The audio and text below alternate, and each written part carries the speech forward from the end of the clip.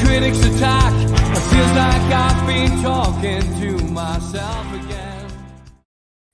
Good evening and welcome to NUFC Matters with me, Steve Wraith. A lot of people do ask, do you speak about anything before you come on air? Do you plan this show? We don't plan it, but Holly, I don't mind you telling people what we're talking about just before we came on air. Coronation Street, you were trying to convince me to become a Corrie fan, even though I've never watched it in my life. And he goes straight in for the deep end and goes, watch the double episode. I was like, oh, wait, man, I've never watched it. And you want us to watch the double episode? Monday's episode, left on a cliffhanger. Definitely worth watching. I'll be tuning in tonight. I'll have my cuppa, I'll have my slippers on. I'll be sitting watching it tonight. But not after. We have an hour chatting about the departure. God, how long have we waited to say that? Of Steve Bruce. He's gone. The yellow ticker tape was there on the bottom of Sky Sports News at 10:30 this morning. I was sitting in Newcastle in a meeting when I got the text off you, Holly, and numerous other people to say that Bruce has finally gone. It was long overdue. I think most of us felt that anyway. I don't think he would have survived, at any other club after such a horrendous run of games. But he's gone. What was your first impression, Holly, when you heard the news? Of course, I was delighted to hear that he'd left the football club. I think initially we were quite surprised that he was going to be in the dugout for that Spurs game on Sunday. But then eventually Amanda watched the game with her own eyes as well as the other owners. And I think they saw for themselves why he's such a problem at the football club and how we aren't going to get a single win this season if he continues. Because I think if he stayed as manager, it would have been the season that he eventually took us down, because luck's been on his side for the previous 2 seasons. He's done okay. But this year it really caught up with him and we were just dreadful on and off the pitch. There was a lot of upset off the pitch as well. So I think now it feels like we're moving in the right direction. Finally, it's starting to feel like we're leaving the Mike Ashley era behind, because I think Steve Bruce was a constant reminder that of what had been there before, and we want to get away from that as quickly as possible. Well, I do anyway. So hopefully Graham Jones can now step up and we get something out of Palace, because I think we really, really need to start kicking on now, because it is starting to worry me a little bit. Yeah, I mean, I've got to be honest, my first person that I thought of today when I saw Steve Bruce was leaving was Stu Flyboy, who's in our texts every night. And as most regular viewers will know, at least 15 times a night, he puts Bruce out on the screen. Now, I'm not sure what Stu was going to say tonight. In fact, I've just seen Rachel ask him that very question on YouTube's chat. And Stu says he's speechless. Yeah, he's lost for words now. Maybe he's just going to say Bruce is out all night. Why not? Bruce is out, yeah, maybe he's out. Yeah, I mean, that's it. Ashley's out, Bruce is out, and, we start with a clean slate. So, Stu, surprise us tonight. You're going to have to come up with something else on a regular basis. But as always, we tend to hand over the show to people in the chat. So make sure you get some points and comments in, and at some point we will come to them. Just want to ask you, Holly, really about Steve Bruce and, how will we remember him, I guess, in the future? How will Newcastle United fans remember Steve Bruce? I think he certainly will be remembered by Newcastle fans, all for the wrong reasons, unfortunately. I think it'll be mostly not necessarily what he did on the pitch, because let's be honest, that was pretty forgettable, but more so what he did off the pitch. I mean, constantly, he had a media nightmare every week. In the press conference, there was always a comment that just made you think, oh my God, I can't believe this guy is representing our football club. Of course, there's the iconic moments of how's the bacon, did you say, which is probably what will stick in my mind. But yeah, I think certainly the constant digs at the fans. He even had one on his exit today. It didn't bode well whatsoever. A reminder of the Ashley era, and probably a fitting manager for Ashley to go out on, because he was a yes man. He summed up what Ashley stood for. His ambition was 17th, and he didn't try for any harder than that, unfortunately. And certainly the football, I mean, what you even say about it, he was here 3 years and he still didn't know what his best team was. He was constantly switching the formation, putting players in, taking players out, making bizarre substitutions, always far too late in the game before we had a chance to actually do anything. And bringing on, I mean, just on Sunday, you look, he took off Callum Wilson, our only striker, played ASM up top, who clearly isn't a striker, and then brought Ryan Fraser onto the pitch, who's a right-sided midfielder. Just totally bizarre. Two sides to the Steve Bruce story, and covered by the journalists, I guess. I mean, Luke Edwards, surprise, surprise, had an exclusive interview with Steve Bruce. We did tell everybody on here that those two were rather close, and I think it started becoming more apparent as the sack grew ever closer. So, yeah, Steve Bruce in his interview with Luke Edwards was highlighting, I guess, the abuse that he suffered at the hands of the supporters.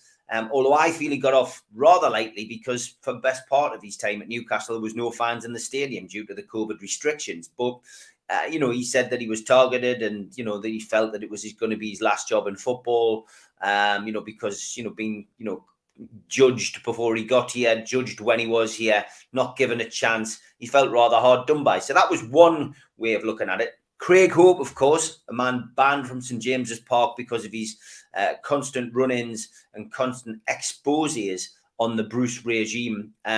He came out with this on his Twitter today, which is obviously part of an article in the Daily Mail. Steve Bruce's time at NUFC was a joyless regression. He inherited a defensive wall and left behind a pile of bricks, all the while antagonising fans and passing the buck. It is a myth, too, that he never stood a chance. He was judged on the job he did. And I think Craig Hope has nailed it with that. Yeah, I agree. I think that was a really good summary of it. However, me personally, I'm a little bit in between Craig Hope and Luke Edwards, because I think he did come into the club in a very fragile situation. He was kind of set up to fail in some ways, because it would have been hard for any manager coming in that situation. After replacing Rafa Benitez, the club had regressed. Rafa Benitez didn't really leave on the greatest of terms. He was 11th choice manager. A lot of people didn't want him at the football club before he came here, because obviously in the past he's highlighted the fact that Newcastle's never been his dream job, had clear bias towards Manchester United, and of course managed our biggest rivals in Sunderland. So a lot of people weren't his biggest fan, which I can understand. So that would have been difficult for him. Me personally, of course, there's a little bit of bitterness there, but I ultimately want to see him succeed, because if he succeeds, Newcastle does well, and that's my number one priority. And I think he did have it okay. I think people did start to get behind him in the first season because we didn't do too badly. But then ultimately, when he made some signings in the likes of Bentaleb, Lazaro, Rose in that January window, I think people could start to see he probably wasn't the most switched on when it comes to recruiting players, because the previous signings, the likes of ASM and Joe Linton, weren't actually his recruitment. They were brought in before he officially joined the club. And then I think maybe things started to turn a bit. And then this season, it did get really, really toxic towards him, and rightly so. I think there has been a bit of criticism of him across the years. Of course, he's had a lot of all, and we can't ignore that. But as well, I think he's brought a lot of it on himself. Yeah, I agree. Sorry, you paused there, so that's why I went up, but then you came back, so never mind. Just a slight internet issue. Okay, Steve Bruce is gone. I'm sure we'll touch on him as the rest of the programme goes on. Lots of questions coming in, lots of people wanting our opinions on various things. Keith, we'll kick off with him. He says, Fonseca is currently out of work, and an interested club wouldn't need to pay compensation. He won 3 domestic doubles in his 3 seasons as manager of Shakhtar Donetsk between 2016 and 2019. I've seen a lot of people pro and a lot of people against Fonseca. He's on the list by all accounts, if you believe Sky. They've got things fairly right so far, seem to have a good in with the new owners. Is Fonseca a name that, interests you, excites you? Potentially. I don't know a great deal about him. I've done a little bit of research into his career since obviously we've been linked with him. He's managed a lot in Portugal. Portuguese league isn't a lot of what I watch personally. He had Roma as his past club, his most recent club, which he did pretty good there. He's got quite a good win ratio, to be fair to him. Certainly, he's not too old. He's 45, I think he is. So he's kind of still starting to get the reins within football management. Potentially, he could be a good manager, but I wouldn't like to see him given a lengthy contract if he was to come in.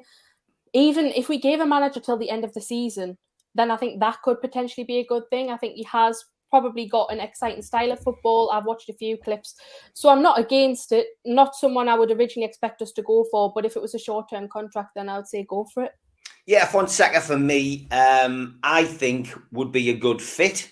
Certainly a lot different to what we've had. Be interested to see whether Graham Jones hangs around and works with him, and that would be of interest. That's the next question, I think. Of the other names mentioned, we've covered a lot of them on this show before. We've spoken about them as well. Eddie Howe, I would imagine if he, is in consideration, I think would excite a lot of fans. Forget the fact that, he took Bournemouth down. And I mean, that was off the back of the fact that Bournemouth had succeeded in the Premier League. Remember how he got them there? He got them there. They were exciting. They were well drilled. And he did well to get them there. Then he had to consolidate. He kept them there. And like all smaller clubs in the Premier League, he had to sell his star players to survive. You know what I mean? And that ultimately led to Bournemouth's downfall. And I mean, no doubt about it that the relegation season wasn't great, which you tell me a relegation season it is. But a lot of fans probably unfairly judging them on that. I think when you look at the other potentials, I don't know why, but Gerrard excites me as a potential prospect of coming. He didn't say that he wouldn't come. Very good at interviews and very clever at putting his point across. As I've said in the past, the fact that there is a Liverpool connection working behind the scenes now at Newcastle, and a man who worked with him at Rangers could see Gerrard potentially, give up Rangers and come here. He's worked at Rangers. It's a big club. Newcastle's a big club. He could stand the pressure, I think. Lampard, I think, when Malcolm McDonald did the after-match talk in at the Dog and Parrot on Sunday, he put a good case forward for Lampard. He did well at Chelsea. He's good at working with youngsters. Can work to a budget. If it was between Gerrard and Lampard for me, I would prefer Gerrard, I have to be honest, only because of the success he's had, albeit in Scotland. Other names, I think, were, I don't know. I don't think there's much credence in them. I think we are literally down to a small list, maybe 3 or 4 managers, but that's my opinion. Just on those other managers, again, we've spoken about them before. Holly, what would your take be? I mean, is there a preference out of those 3? Let's just whittle it down to Fonseca, Eddie Howe, Gerrard. If you had to pick one, who would you pick? Gerrard would be my first choice out of those 3. I think he's the most established, got a bit of success, and I think he's got the right type of mentality that it takes for managing Newcastle, because I think that's a big thing that a lot of people underestimate. It takes a very strong character to take this job, because you are up for a lot of criticism. We saw that in some managers that we've had in the past, and ultimately I think that was one of Steve Bruce's downfalls, the fact that he really let things get to him and made an embarrassment of himself when he did speak about the club. So I think Gerrard would probably be top of that list for me. Fonseca probably second, and then was it Eddie Howe the other choice? Yeah. And then Eddie Howe would probably be bottom. I was really against Eddie Howe at one point, actually. However, now I'm of the mindset that we should probably bring in a manager for the short term, and then obviously to steady the ship almost, to get us out of relegation where we stabilise us in mid-table, then maybe target a bigger name manager in the future when we are ready to go on and challenge. Do you think the same? Yeah, I mean, I think that's part of the plan anyway, Holly. I think they are looking really to get a manager in really who is going to start the ball rolling. I think they will have their eyes on bigger names in the future, but I think somebody will come in on a 2 or 3 year deal, and hey, there could be a huge success. I mean, people pointing at Fonseca's record and saying it's not great. He did win back-to-back doubles, as has already been explained there by one of our regular viewers. But I'll play devil's advocate here. Kevin Keegan came in when Newcastle were second bottom of the old second division, facing a drop into the third division for the first time in their history. He had no managerial experience whatsoever. He had been playing on golf for 7 years after retiring from professional football at Newcastle United. So Keegan came in and they just had that effect. It's the right person at the right time. And if they're the right fit, it works. And it's as simple as that. The wrong person at the wrong time is not going to work. But they get somebody who can come in and coach these players and then work well in the transfer market between now and January, to bring those players in early in January, and they can get them in and gel and work into the way that the rest of the squad have been working between now and January. It should be a formality staying up. And staying up is the key. Stay up this season. Newcastle United can build and grow from there. And already little things happening, away from the football. I'm sure that they're looking at training facilities. I'm sure they're looking at, expanding the ground. I'm sure they're looking at getting the pigeon out the Gallagher end. They've already cleaned the windows today. So, I'm sure there's going to be little things happening each day. And I think it's a massive, massive positive. And I think the atmosphere pre-match and then the atmosphere at the game, which I'm sure we'll come to as well, it just bodes well. It's a different club now. And the removal of Bruce was the final thing. Well, not quite the final thing, because we need to get rid of some rather disgusting looking signs, advertising signs in the ground. But once they're gone, we will have finally moved on from the Ashley era. We'll touch on the game before we come back to people's questions and stuff that they want to talk about. What a game, Holly. And not in the sense of the game itself on the pitch, because we were poor, and that's being polite, with the exception of the opening 10 minutes. But just the build-up, the pre-match, outside the ground, inside the ground, the build-up to kick-off, the welcome for the new chairman and the new owners, war flags back in the ground, and the atmosphere. I mean, give us your feelings about that whole, scene that you saw. It was a very special game, certainly. It's one that I'll remember, and not, like you said, not necessarily for what happened on the pitch, because that was poor, but just what happened off the pitch. I think I was at St James's Park really early, and already it was absolutely packed. Normally you don't see it that busy till like 20 minutes before kickoff when you're rushing in last minute, but it was just bouncing everywhere, all the bars, even just in the street, people talking, and everyone was in such good spirits. I mean, outside Nine Bar in the beer garden, there was so much singing. Like it was louder than St James's Park is at times, because it's been so dull over the years, especially in recent years under Steve Bruce. And then you got into the ground, and the flags were amazing, to be honest. I thought they were really, really good. And I think obviously they used the words from Big River by Jimmy Neal, and they played the song to go with the flags. And I thought it was emotional, actually. It did have a lump in my throat seeing that, because it really did remind us that things have changed, and we do have our football club back now. And going into the game, the atmosphere was fantastic as well. The welcome to the new chairman, and then as well, Amanda, Mia, Dad, and everyone else's celebrations when that first goal went in was great to see, because I don't think we've ever seen Mike Ashley celebrate like that. It was really, really nice to see those pictures. But yeah, just the noise was fantastic. And then I think we did get a bit of a reminder to come back down to earth a little bit, because things hadn't changed too much once we saw the football, and it died down a little bit. But ultimately throughout that game, I think it just really was a celebration of freedom almost from Mike Ashley. Celebration of freedom, it certainly was. Yeah, I loved it. I did a stint at the food bank with Steve Hasty. Amazing to see so many people from the show, people who watched the show. Thanks for coming up and saying hi. Thanks for coming up and shaking our hands, and thanks for making a donation. I mean, the food bank took a record amount on Sunday as well, which is fantastic. And of course, any amount raised on a match day is going to be matched by the Rubens, which was a fantastic gesture. So, to hear the amount that they made was fascinating. But yeah, great to meet so many people. But yeah, it was a carnival-like atmosphere, and that was something we hadn't seen since the days of Kevin Keegan and the Entertainers. And it was great. I bumped into a few younger supporters during the week in town, and they were going, "Is that what it was like during the Entertainers era?" And I said, "Yeah, I mean that was what it was like all the time. You're going up to the ground with an expectation, with a hope, and that's all we ever wanted. We don't expect, and we've said this many times. You've said it on interviews with various national media outlets, as I have over the years.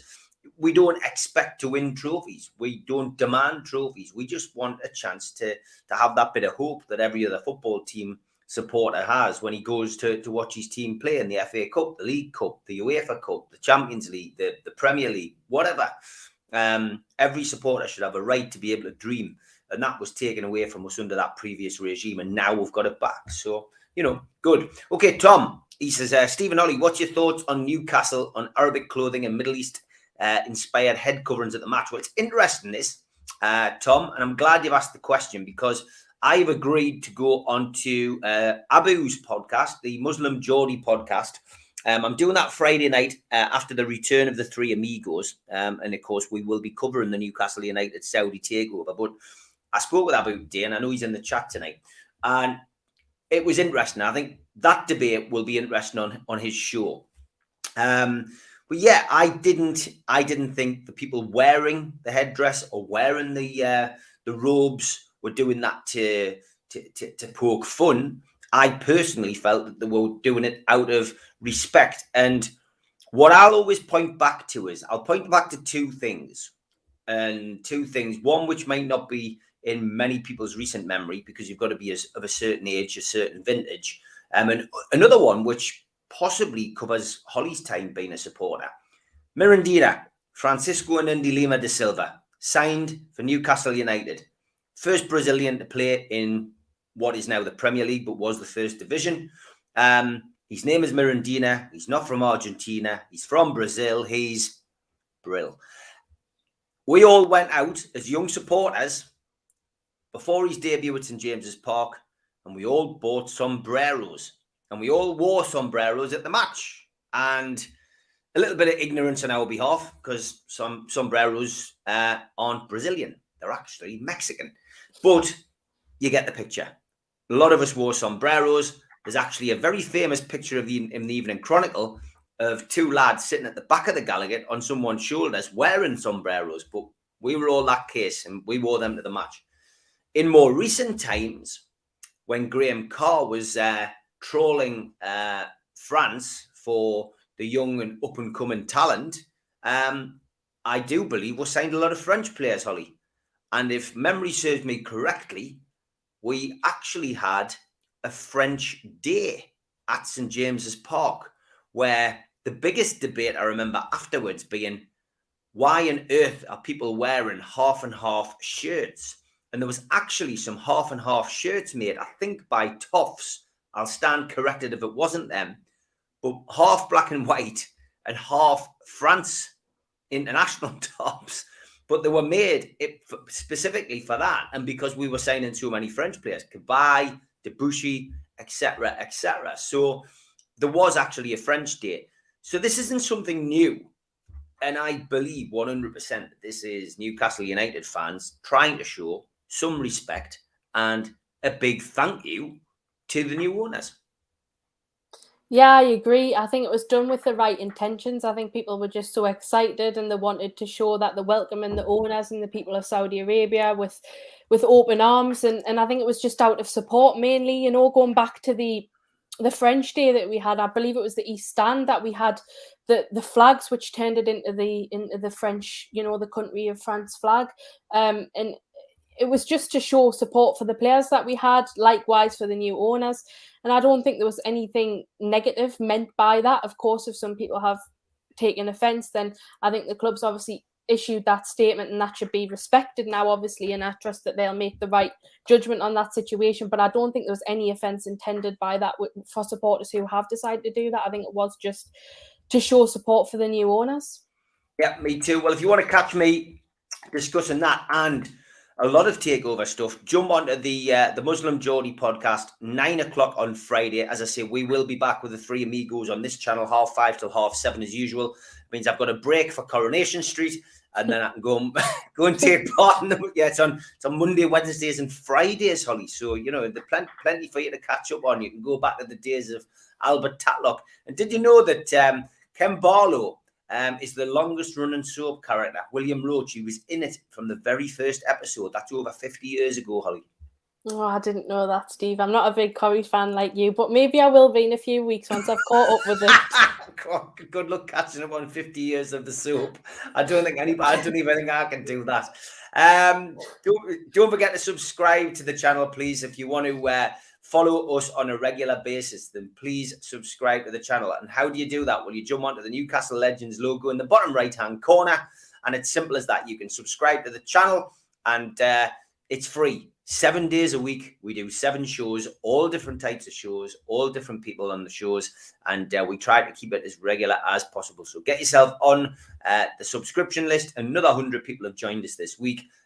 We are slowly approaching the 45,000 mark. So please keep on subscribing. Hit the thumb up to like the video. That does do us a massive favor. Click share to share it with other social media such as Twitter, Facebook. Share it to like-minded Newcastle fans, and you can speak to many of them in the comments box down below and potentially get a comment on screen. Big thank you then to our main sponsor, Spider VPN. For all your internet security, Google Spider VPN. They come up at the top of your Google search list, and they can protect you from now. Get yourself onto Garrett and the lads, and they will help you. They are the boys to trust. Also to skipsandbins.com, telephone 0800 25 45 25 3, email inquiries at skipsandbins.com, website www.skipsandbins.com, easy contract, free and pay as you go waste collection. And so Bobby getting in the field for a takeover there and having a kick around in the desert with his pals. So thanks to Scott and the lads once again for their support. L&G Family Funeral Directors as well. 01913897245 for all your funeral needs. Give them a shout. And a big shout out to John at qtechshop.co.uk, the makers of pool tables and snooker tables in Wallsend in Newcastle, and the guys who run our website, which of course is NUFCmatters.com. And we've got quite a lot on that website at the moment. Finishing off with the Just One Letter t-shirt. All proceeds of that are going to the food bank. Get yourself onto NUFCmatters.com. A lot of Christmas ideas on there as well. We are doing quite a bit for the food bank, as always on this show. The NUFC Matters raffle. You can raffle tickets or £1 for the raffle, and NUFC fans, foodbank.co.uk is how you enter. £1 a ticket. The winner is drawn on November the 26th, and those are customised Peter Beardsley trainers, and Peter will sign them and they will come in your size. I Am the Renovation has supplied them as a competition prize. Don't forget as well, we have our regular t-shirt which is up for grabs on my Twitter at Steve Wraith. You just need to place a bid underneath. We'll be drawing that on Friday, and that is a wonderful t-shirt with Amanda and their dad on #custodian. So get yourself onto my Twitter at Steve Wraith. Give us a follow as well, and you can enter that competition. Well, I've got a few events coming up over the next couple of weeks as well. Tyneside Irish Centre, November the 19th, is our belated Christmas do. Tickets for that at £12, with all proceeds going to the food bank. Next week, we have an evening with Gavin Peacock, 29th of October, which is on Friday night at the Tyneside Irish Centre again in Newcastle. Tickets for that at £15. Gavin will be launching his book at that event. And on the 26th of November at the Irish Centre as well, Peter Beardsley. Tickets going for that quite well now as well. Tickets for all three events, www.newcastlelegends.com, and then just click shop and you can buy your tickets for those events. And next week as well, Thursday the 28th of October, this one is an evening with Rob Lee in Whitley Bay. www.laurelswhitley.co.uk is where you buy your tickets for that one. And the last food bank event to mention tonight is an evening with myself and Supermac, and that is in Jesmond at bobix.com for your tickets for that. If you want to make a donation to the food bank, you can do 365 days of the year via the match day bucket. NUFC fans, foodbank.co.uk. You've still got time to enter into the raffle to win that watch. So I think that runs until the pool night, which should take place hopefully at the start of the new year. And if you're looking for a Christmas idea, my book is on sale on Amazon, Every Boy's Dream, where I talk about my 37-year involvement at Newcastle United, whether it was fanzines outside the Gallagher, whether it was selling Mars bars to start off Gaza, or whether it was working for the football club and finally signing a contract for the club that I love. All of those stories are in there. There might be a little reference to a coffin march in there as well, which I'm still not particularly proud of, but never mind. Okay, let's get back to the questions and points that you want to make. Wotan says, Favre's CD is much better than Fonseca's. He's got a track record of coming in and making an immediate impact. Fonseca has several notable failures on his record. Yeah, I never mentioned him. I mean, again, pretty much like you, Holly, I'm having to basically go through the football handbook to check out some of the names that are getting put forward. Not too sure on him, but again, his CV appears to be much better. But it's all about coming in and making that impact, isn't it? And if he does that, then maybe he could be the man to trust. Yeah, it is. It really just depends who clicks well, because just because one manager does well at one club, it doesn't mean they're going to do well at another. So I'm just going to trust in the new owners and hope that the manager that we do bring in is the right choice for us. Yeah, Sondel says, would like some legends to be part of stadium tour type stuff like Liverpool do, maybe kick about with the fans. Yeah, I mean, look, I had initial contact with the new owners about that, and pleased to say that they took on a few of the legends to the game at the weekend. Managed to get a few of the lads through the doors, and that's the good thing about these owners. They are approachable. They are people who keep their word, and ultimately it was great to see Rob Lee Clark, John Beresford, Keith Gillespie and Malcolm MacDonald, all guests of Amanda and Meardad at the weekend. And they had a great time. And Super Mac came down to the Dog and Parrot, where we do our pre-match and post-match talk-ins. And he was singing the praises. And he was very, very impressed with the Saudi contingent, who he said spoke to him for a considerable amount of time before, during and after the game. So Malcolm left with a huge impression. I'm sure he'll discuss that more on the show tomorrow night. By the way, we are on slightly earlier tomorrow. I've got another work engagement, so 3 till 4 tomorrow with Super Mac and Gibbo. John says, how long do you think those Sports Direct signs will have to be on show at our stadium? Do you think there was an agreement in place for a set time period? We thought that last week, didn't we, Holly? We thought that these Sports Direct signs might just be with us a little bit longer. Yeah, I think it's Ashley's final little thing to do out of spite, just to get us one last time. But I would imagine it'll probably be till the end of the season, and then I think you'll see them gone. Yeah, okay. Chris McCarthy says, can anyone tell us why on earth Kieran Dyer was a pundit on Sky? Surely they could have got a proper legend in. Surprised Graham Souness wasn't sniffing about. It does annoy me, Holly, how many of these players who did, or managers who did badly at Newcastle or aren't well thought of, end up covering our games. Yeah, I know. I'm grateful that I don't watch a lot of our games on TV, if ever. The only time I did really was in lockdown, because if I did, I'd probably just put it with no sound on. Because genuinely, the punditry is 99% of the time biased against Newcastle, in my opinion. We do like one thing wrong and they're straight on it, constantly talking about what's going down all the time. It's just negativity all the time. And if we're winning, it's like they want us to get beat. It's just so frustrating at times.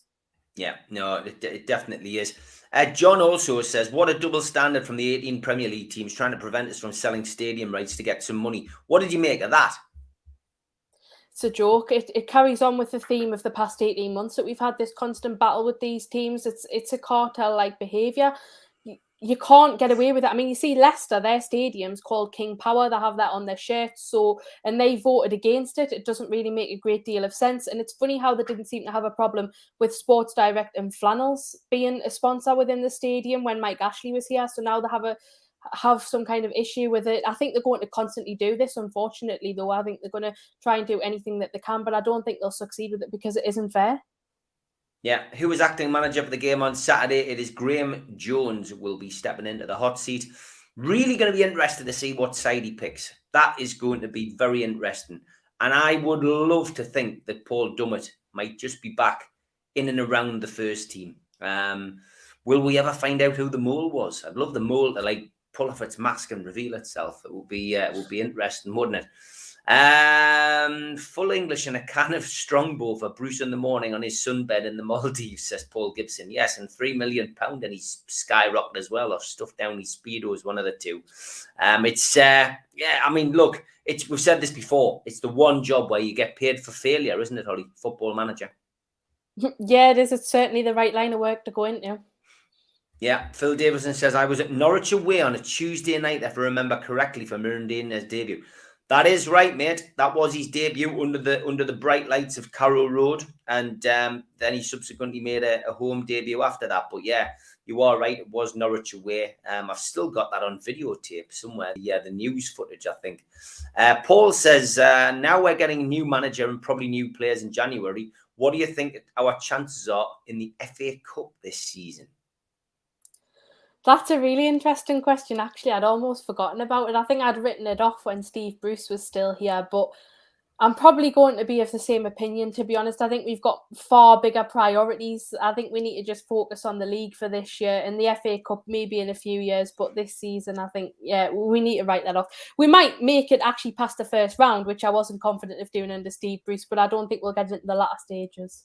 Yeah, Mark says, I had a half Newcastle United, half Brazil bobble hat back in the days of Mirandina. Yeah, and then in the days of Roy Aitken, I think many older viewers will remember that we also had half Newcastle Celtic or half Newcastle Rangers hats. And when Roy Aitken signed, the song for Roy Aitken used to be "Feed the Bear," and there was all kinds of backwards and forwards between the Gallagher and the scoreboard. It was absolutely hilarious. Good old days. Paul says, definitely right there, Steve. We mean no harm. Just think it's a media reaction in light of the takeover.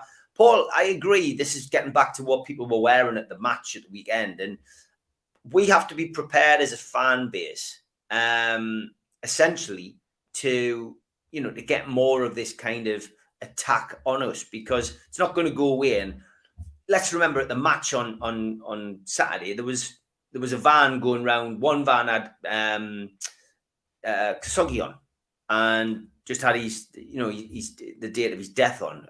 And I mean, that kind of political statement is going to be continually made towards us. And I think we just have to live with it, don't we, Holly?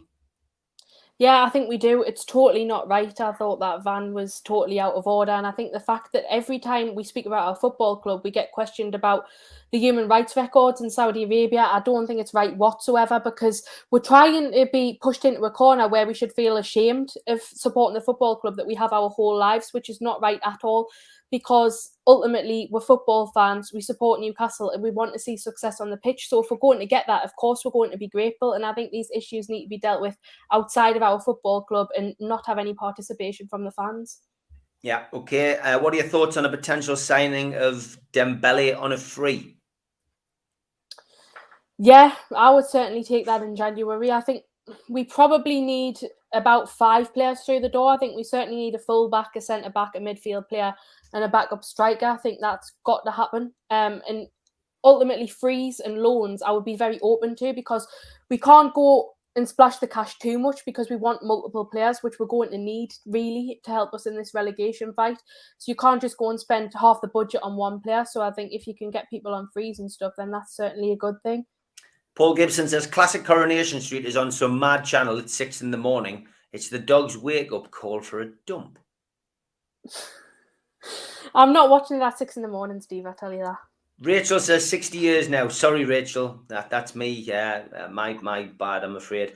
Chris says, why was Charnley on the Premier League call, not Amanda? The bottom line is, Chris, that when they went into the club, they told everybody just to continue as they were. So Lee Charnley is still chief executive of Newcastle United. So he is still the person who will have to deal with those kind of situations. I think it's rather smart move on the new owner's behalf to settle in gently. And that is why he's used to dealing with these people, I guess. And, I guess he knows what to say. But I'm sure that will change, Chris, in due course. Keith says, William Roach is in his 80s now. Amazing. That's Ken Barlow, of course, the longest serving character in Coronation Street. Andrew says, I've heard Bruce is appearing in Emmerdale as the new Dingle. Do you watch Emmerdale? No, I don't watch any soaps. Tom Dixon, I knew I'd have a fellow fan. I love watching the soaps, he says. Thanks, Tom. Coronation Street's definitely the best. William Roach is also high up in the Druids. Seriously, what's the Druids? I don't know. So I've heard of the Druids. I've never researched it. I don't know what it is, so I'll have to look. Chris says, Paul Gibson, classic curry is much better than the new ones. See, there's a lot of chat about this. Okay. I'll tell you what, if the video gets 100 likes, I'll watch one episode of Coronation Street. There you go. All right, but make sure you watch the second one of Mondays. The second one of Mondays, and then I guarantee you'll want to watch tonight. Kamal says, hi, Steve. I'm from Bahrain. I'm a Newcastle fan from the early 90s. I personally don't find the dress offensive. Just a laugh, respect for the time, and will pass. Same thing with Man City fans early days. Thanks for that. Good to get your input. Does Steve Bruce get compensation for leaving, says Imran? Yes, he gets allegedly, we believe, around about £3 million. To sack the rest of the coaching staff is another 5. So it's around about £8 million severance for everybody. So that's what it is. Kea Foster says, so is it Kilt's next home game or not? Kilt? Why would it be Kilt? Have I missed something there? To honour Ryan Fraser, maybe. Yeah, maybe so. Chris says, lol, what a year having to have your Christmas party 11 months late. Yeah, I know. Yeah, we're always going to be a year behind now, aren't we? I never really thought of that. Wayne says, how the hell is the Premier League getting away with this ban on getting sponsors? If this doesn't show that they're targeting us, I don't know what it is. I should have been national news everywhere. But they did pick up on it eventually. But ultimately, it does look as if they're still gunning for us, doesn't it, Holly? Yeah, it does. That's probably going to be the case for a while yet. But I think all we need to do is focus on what we're doing and hope that if we need to end up getting legal people involved, then we'll be able to sort that issue. Yeah, good news, Holly. You're going to be watching Coronation Street. 117 likes tonight. So I didn't want people to like the video. You should have put the thumbs down instead, honestly. Oh, there we go. Kilts is for Gerard. Yeah, I see what you. I see what you're doing there. Mike says, I hope you're not a fan of Neighbours, Steve. There used to be a character in Neighbours called Mike. Now, I've got to be honest. Back in the old days, when I was younger, I did watch all of the soaps. I used to watch Crossroads, Emmerdale, Coronation Street, Brookside, Neighbours, Home and Away, The Bill, because they called that a soap, even though I didn't really think it was a soap. But I used to watch them all. So yeah, I was a fan of Neighbours. But I tell you what, you're lucky your taste in music's all right, because your taste in TV is horrendous. It's escapism. But it was because my grandparents and my mum used to watch soaps, so that was what I was stuck with watching when I was a kid. I watch Emmerdale. It's the only fresh air I get, says Gary. Gary, you go to the match. You get fresh air there when you're not in a bar. Adam says, hope you're nearly back to 100%. John, you enjoyed the atmosphere of the weekend. Oh, Adam, having a private conversation with John, and I've tapped into it. Yeah, John from Q-Tech, good to see him. Oh, yeah, there's some absolute classic. This has turned into like a Liam Kennedy show. Yeah, we'll go. Even El Dorado, says Dan. Now, El Dorado was a BBC soap set in the sun, right? They spent millions of pounds on it, and it was an absolute flop, Holly. And the reason it was a flop, because they had the Spanish speaking in Spanish, the Danish speaking in Danish on British TV at prime time on a 7 o'clock show. Absolutely mental. Sounds like madness. That sounds like something Steve Bruce would organise, to be fair. Mark Bayer says, did you ever watch El Dorado, Steve? Yes, I did. Marcus Tandy was the villain. See, I was watching all these villains in the mindset when I became an actor. I could do that. That's why I was watching them, really. Ginger says, Steve, I honestly think it'll be Fonseca because Spurs wanted him at the beginning of the season. Ginger, I would say you're probably right. He seems to have become the favourite amongst the bookies, and that's, the bookies are rarely wrong. What is this? Riot. Hi, Steve. Met you once when I was in sixth form, and you were a top bloke to me and let me interview you. My question is, are you excited to see some fringe players with a new lease of life, such as Lewis and Fraser? Well, Ryan, I'm glad we met, and I hope your interview turned out as it should have done. Yes, I am pleased we've got a new manager. I'm pleased we've got a new owner, and I'm pleased that potentially we might see a little bit of encouragement of the youth now as well. Yeah, 100%. I am happy about that. As for Fraser, he makes a difference when he comes on. Lewis, I'm sure, will flourish under a better coach. I do think if Eddie Howe comes in, Fraser's days will be numbered. But yeah, 100%, Ryan. I am. Holly, what about you? Yeah, I think that's one thing I'm looking forward to most to Crystal Palace, seeing how some players get a new lease of life, a new confidence boost, and seeing how they perform. Fraser, yeah, I think he'll probably do all right. He does make a difference when he comes onto the pitch. Lewis, for me, I'm not sure about him. I think it'll really depend who we do bring in as manager.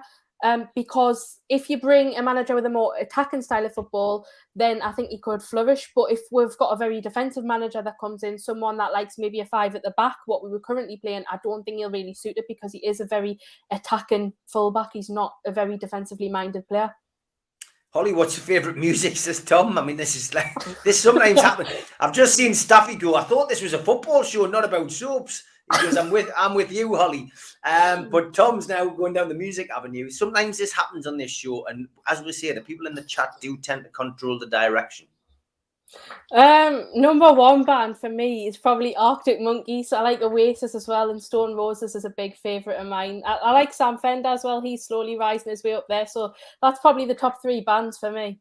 There you go. Mark Edward Brown says, if they bring back Crossroads, they can cast Steve Bruce's Benny. Benny was like a thick character with a woolly hat on. So, yeah, I can imagine him playing that. Jan says, I don't have a TV for the last 5 years. No regrets. I could probably live without a TV, to be fair. I can understand people doing that, to be fair. Mike says London Burning was good as well. Yeah, I remember London Burning. That was, again, people wouldn't say it was a soap at the time. They look back on it now as a soap. A bit like Casualty, that's become a soap. But yeah, that was about firefighters in London. Craig Fairbrass, actually, from Rise of the Foot Soldier, starred in that. We just have to condition people to like the new NUFC. They will come around to the new status quo, says Kirk. Anton says, which players would you like to see given a fresh start who haven't had many minutes? Well, this is a little bit like Ryan's question. Under the coach, they could get a new spark. Mine would be Dummett, definitely for me. Lewis, definitely for me. Fraser, definitely for me. And Anderson, yeah, we'll find out whether he's good enough. I don't think you could probably pick many more, Holly, could you? Not really. We don't have much squad depth. I think those 4 are probably the 4 that you would be looking at, and certainly Dummett for me, because I'm a big fan of Dummett. Yeah, 999 was great, says Jabba Dabba Doo. 999. Is that still on? I'm not 100% sure. Anyway, Jabba and Abu, thank you for becoming members. Much appreciated. Adam says, Holly and Steve, chips with curry sauce or chips with gravy? I like 50% both and tomato sauce on top. That's not right, that, like, Steve. I'm sorry, but that's just like awful. I like a mince pie. Right, a proper mince pie, gravy, mushy peas, a bit of curry sauce, and a bit of tomato sauce. What you do? I mean, that's acceptable, but till you add the curry sauce and the tomato, that's just wrong. That's not like on at all. It's like people that put tomato sauce in their Sunday dinner. I swear to God, if you I don't do that. If you did that, I would leave the podcast. Hold on a minute. Doesn't your dad do that? Yes. I thought. I'm thinking, who on earth does that? Oh, yes. David's your dad. Hot pot, soup, everything that's not on, it's sick, it's wrong. Oh, my God. Anyway, I nearly had a meltdown over food. Food's a favourite topic of conversation of mine. You know, I swear we had like an hour-long conversation the other week about food. But anyway. I've got to be honest, our away trips are sponsored by Mrs. Blades anyway. She makes a good packed lunch. Amazing sandwiches. And the plates. Don't forget the plates. People go, do you not drink when you go to away games, Steve? I go, no, I just go in the car with Holly and her dad because I get fed. We've got about a year's supply of water and pop, to be honest. You probably still got a year's supply of sandwiches after the last trip. I don't know where she thought we were going to. I thought that she must have thought we were going to the moon with William Shatner. I think she's sick of me talking rubbish about Newcastle. She was hoping I was going to stay down there. But to answer the question, that's a really hard question. I'll go chips and curry, though. Okay, there we go. Simple answer to a simple question. Retro Andy says, Dream Team was the best soap. Now, Dream Team was a football soap. Now, I think you would enjoy that one. Maybe, but it's going to take a lot of convincing to get me to watch soaps. Like, yeah, but it was a football-orientated one. Anybody remember Murphy's Mob? Now, that was a kids' program, or Jossie's Giants, which actually was based in and around Newcastle. And Jossie's Giants actually visited Newcastle United in one of the episodes when Willie McFall was the manager. So, again, that's well worth watching. 999, Jabba Dabba Do, I've got you now. BBC One with Michael Burke. Yeah, that was pretty good. Pack it in, Steve. You're getting me hungry, says Mark Henderson. Andrew says, my selection is like a tray of vomit. He's not wrong. It's absolutely sick. I don't know what you're doing. Okay. Chris says, drop Lascelles as captain, please. You're not going to get any arguments from me on that. No, not at all. In fact, I would say he's a good centre-back, but a bad captain. I'm sorry, but I don't think he's a good centre-back either. Nah, I mean, it was a surprise to see him back in. Don't get us started on Shelby, for God's sake, because he was an absolute nightmare. And to get sent off after spending so much time not even getting a game was ridiculous. But no, The cells, nah, no good for me, I'm afraid. Giorgio says, vinegar on your Sunday dinner is lush. Yeah, also, that's a question I want to put to the viewers as well, though. Lime Coke, is it acceptable or not? Because I need to know the answer. But yeah, that's just wrong. Vinegar, Yeah, tomato sauce, that was lime Coke, not line of Coke, which it did sound like. Yes, before lime. I get reported for encouraging drug taking on a podcast, because I know that some of our viewers do like to record our show, take it completely out of context, and feed it off to people in an attempt to get us into trouble. Vinegar on your Sunday dinner is lush. I definitely wouldn't advise that. But yeah, lime Coke. You've got 10 minutes to give Holly the answer. Is Coke or Diet Coke with lime in, is it acceptable? Paul says Bruce likes all sauces mentioned, extra garlic though. Yeah, I would agree. Graham Coleman says Dummett's a good left back. He's not an attacking left back. He does exactly what it says on the tin. Yeah, would you start Dummett on a regular basis, a fully fit Paul Dummett? Yeah, because I think he's a steady Eddie. I think he's someone you can constantly rely on. He's not fantastic, but he's not rubbish, and he's always going to put in a solid shift. Yeah, after the takeover, I've been playing Money, Money, Money by ABBA every day, says Jan. I think that's brilliant. Junior Turner, welcome, mate. The man who wrote that fantastic song. We'll have to get you on, Junior. You keep popping into the chat. I keep meaning to say we'll get you on. We'll get you on to have a chat.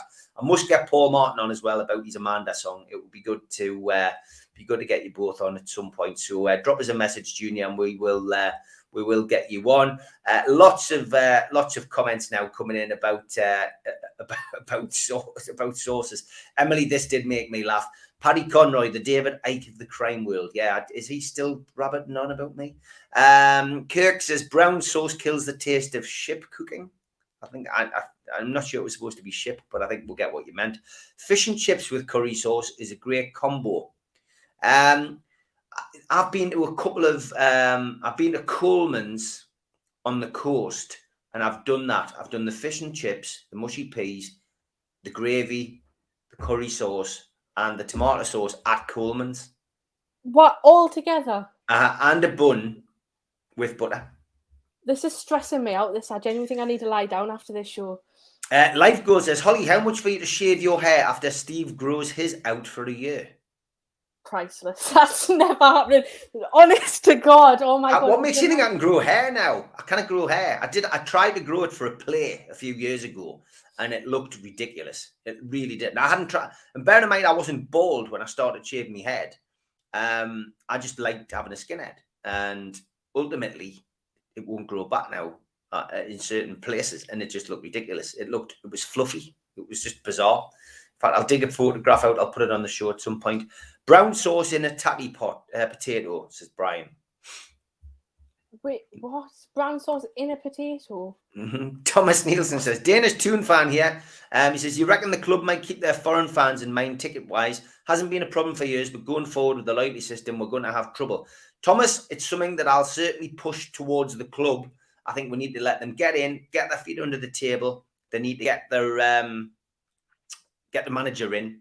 And I think then they can start looking at things off the pitch. But it's got to come into play in some way, shape or form, I'm afraid. I do think they've got to look after the foreign fans. So I certainly think getting together with supporters all over the world is going to be a big thing. And I think these people get it. They will do it.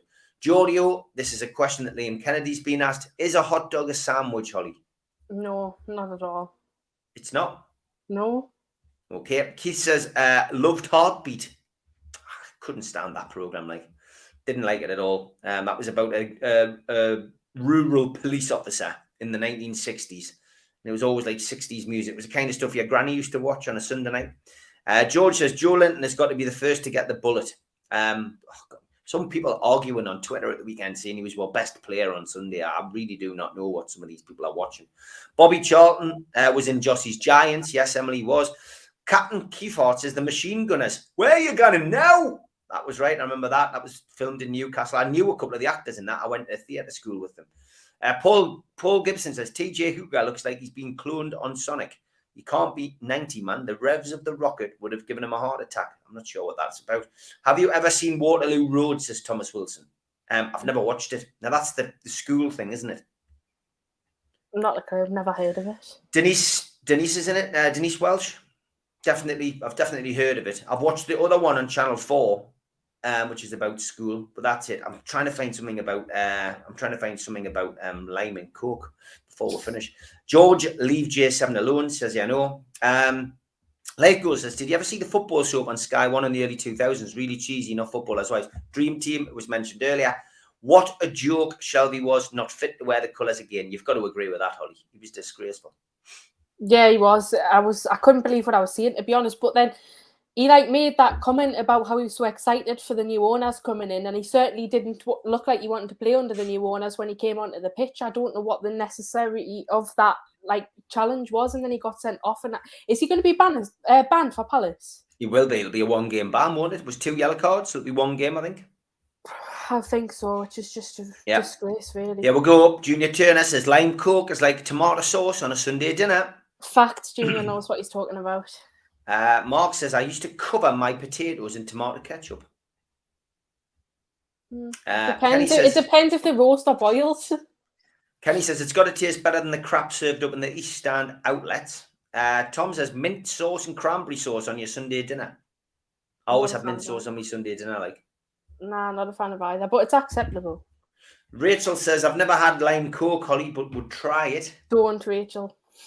This is all STEM. Yeah, look, lime coke, that's a thing. Yes, send me some, says Mark.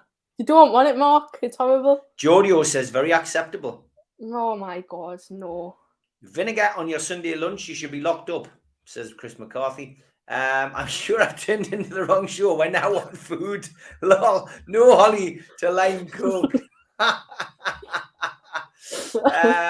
Yeah, I prefer rum coke, says Andrew. Yeah, I would say, yeah, that's all right. Dave Beanie says yes, lime coke. Thank you, Dave. Warrington Minge in the house. Thank you, mate. Look, I genuinely just like to confess that it was me who had lime coke on one of our away trips to Old Trafford in Manchester, and Holly couldn't believe it. And yeah, but it was all right. I really enjoyed it. Junior says he'd love to come on. Richie for captain. The wee Raji says, Wotan, you know what my answer is going to be? If he's played in the right position, he should get the captain's armband, Matt Ritchie. What would you say, Holly? Yeah, I think he's the best captain we have currently at the club. You know, I thought Richie was man of the match for us against Spurs, but I didn't want to say that to you, Steve, because then I would just probably get a whole spiel about why Matt Ritchie's brilliant. I bet he watches Coronation Street. I love HP. And drinks lime coke. And drinks lime coke. HP brown sauce on me mince and dumplings, says Brian Barons.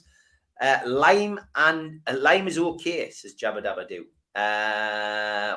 Here we go. Are we talking lime the fruit slice in the glass or lime flavoured Coke? It's lime flavoured Coke like the cherry one, Blue Moon Boy. You can buy it in all good outlets. Never tried lime Coke, says Tom Dixon. Get on it, mate. Get on it. Junior Turner, what a bloody singer, says Andrew. Yes, he's a very good singer. A good pal of mine as well. Can I wear a curly wig if Gerard comes, says the Black and White Knight. Maybe. In 4 years' time, I'll be playing Simply the Best. Yabba Dabba Doo says Shelby will move as actor Voldemort in the future. Richie drinks pure diesel, says Luke Robb. And Andrew says the Al Walid and Junior Turner show was brilliant. Richie is a good shout, but have his legs gone? Yes, they have, but at left back and left midfield, I think he can do a job in the middle, at least for this season. First player you would sign in January. I'll give this one to you, Holly, before we finish.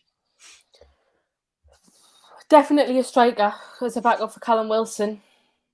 And my answer's very different now to what I would have given, because I was probably going to be looking at someone that's on a free or is less than 5 million. But now I think we could probably spend at least 15 on a striker. I think it's a fair price. Names, I don't know. I haven't even thought about transfers yet. What do you think about Jesse Lingard? He was there, or his representatives were certainly at the game at the weekend, and that was an interesting photograph to take. We could get him. I'm not a big Lingard fan, to be honest, for Man U and for England, but I wouldn't say no to him, to be honest. No? Okay, well, there we go. Lots of comments coming in as we finish, but the clock has beaten us, unfortunately. And Tom Dixon says, watching Emmerdale because it's starting now. I'm not watching it tonight. Don't watch it. Don't watch that, man. Go and watch Cora. Okay, great stuff as always, Holly. And we will be back on Sunday after your trip to Palace. I'm not going this weekend. I believe you are. So looking forward to your match report and hearing what you and your dad think of the result. No lime coke will be consumed. no line cook will be consumed. Good to see you, Holly. Take care. Have a safe trip and see you on Sunday. You too. Night. Bye.